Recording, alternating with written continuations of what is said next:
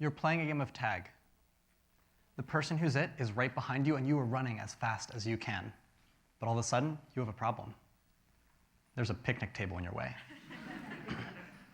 Are you just going to stop, give up, say, oh well, you got me? No. You guys are the TEDx audience. You're smarter than that. You guys are going to find the fastest, most efficient way over that table, or under it, or maybe even through it. And that is the mindset of someone who does parkour. Now, the academic definition of parkour is getting from one place to another as quickly and efficiently as you can. The more fun and creative interpretation is the art of exploring the human body's potential for movement and play. My name is Zachary Cohn. I've been training parkour for over 7 years. In my time, I've started multiple parkour communities. I have managed the world's largest parkour website, and I'm now on the board of directors of Parkour Visions, a local Seattle nonprofit. And there has never been a better time to learn parkour. There are dedicated gyms with teachers and classes. There are videos and articles online. But when I started, none of that existed. I was one of the first people in the state of Maryland to start training parkour. So how did I go from the kid who was always picked last for the soccer team, and actually every sports team, to the kid who climbs backwards upstairs on all fours for fun? And more importantly, how did I get 7.5 years into my training without a single major parkour-related injury? Well, we didn't have anything, so we had to teach ourselves, and we had to learn how to learn. If we just decide to go see a new technique in a video, and we just decide to go for it, that's probably not going to turn out so well. That's how you get hurt. Instead, we see that technique in the video, and we study it, and we figure out how to break it down into different component parts. And then we practice each of those parts. Because you see, each of those parts are designed to be so small and so simple that it's okay to fail. They're designed for it to be safe to bail and to fail. And so we take these components, and we try and we fail, and we try and we fail, and we try, and eventually we succeed. And once we succeed, we perfect it, and then we move on to the next component. And then we try and we fail, and we try and we fail, and we try and we succeed. And then we perfect that one. And we keep going until we've moved through all of the components. Where to put your hands, what to do with your body in the air, how to land. And once we've perfected all of the components, we start putting them together.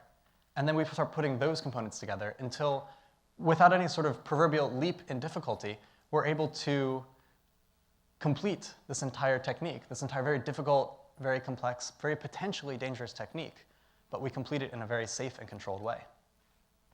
So what if you have a problem that's not, how do I get from here to there in the least traditional way possible?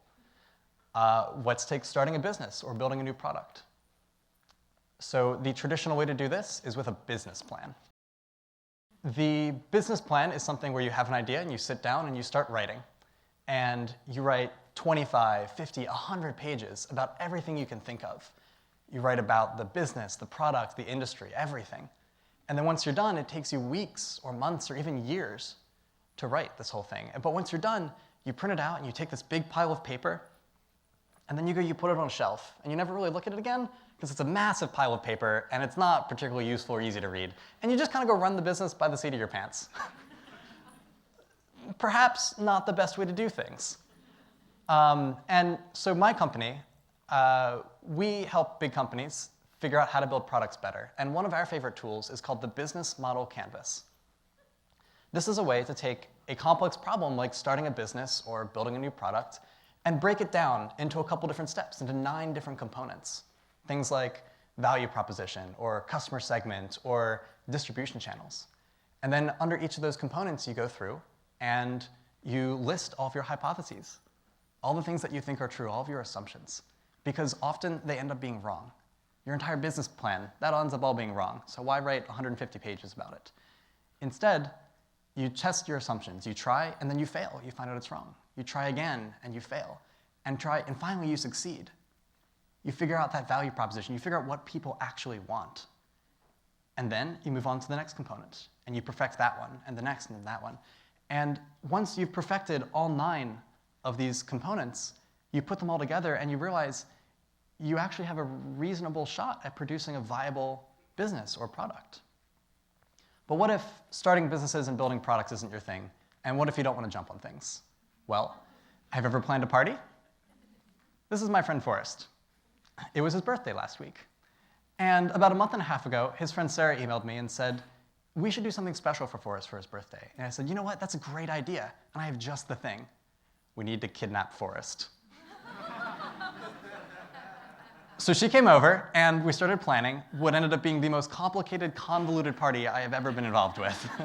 I mean, we had 15 people, 7 locations, 20 Nerf guns. We even had 4 people dressed up as terrorists who broke into his house and put a bag over his head and threw him in the trunk of a car and drove him around for an hour. But taking it back, in the planning process, there were a lot of moving parts. You know, he knew it wasn't real for the most part. But we wanted to maintain the illusion that it was real. And so everything had to happen just right. All the people had to be in the right place with the right things. They needed to know the right information. And it started to get overwhelming. There was just too many things happening. And then I remembered, break it down, find those components. So with the help of about 200 or so sticky notes, we figured out how to break it down into 7 components, the 7 different locations. And from there, we listed the location, and then under that, all of the props that needed to be there, all the people who needed to be involved, and all of the things that they needed to do while they were there. And once we had done all 7 locations, it turns out we created this really cool visual management tool that told us what to do next. Because instead of looking at the whole window with all of the sticky notes, you look at one column, and then it becomes trivial to plan, really. It just tells you what to do right there, and it's just very small chunks. So the planning became trivial, and the execution was all that was left. So what I really want to do is inspire people to believe that anything is possible. I want you to take your hard questions and your hard problems and figure out how to do them. And I want you to believe that anything is possible. In parkour, we have a story. If you take a man and you put him in front of a 30-foot wall, and you say, get to the top, you can come back in 2 years, and he will still be at the bottom of that wall. So instead of spending 2 years banging your head against the same wall, why not just find a new wall? Because you see, a 30-foot wall is an impossible problem, but a 6-foot wall or an 8-foot wall, those are just trampolines. So I want you to take your problem, I want you to take your impossible problem, and I want you to break it down, and I want you to start working on it. Because honestly, if parkour is possible, anything is.